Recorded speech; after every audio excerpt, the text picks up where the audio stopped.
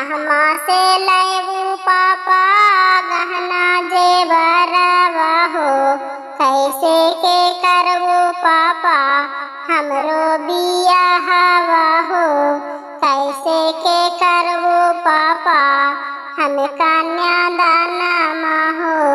कर्जा उठैबोगे बेटी 10 लाख रुपया गे, तब हमें करी देबो तोहरो बियाहवा गे, तब हमें करी देबो तोहे कन्यादानमा गे। नाली हाया हो पापा कर्जा रुपया हो, ना जाए हो पापा हमें ससुरावा हो, ना जाए हो पापा हमें ससुरावा हो।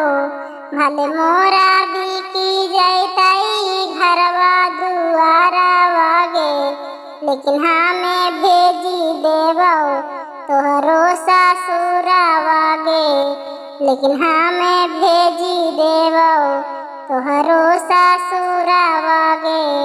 बड़ी ताना मारत हो पापा टोलवा मोहल्लावा हो, बनवो भिखारन पापा बेटी के कारणमा हो, बनवो भिखारन पापा बेटी के कारणमा हो।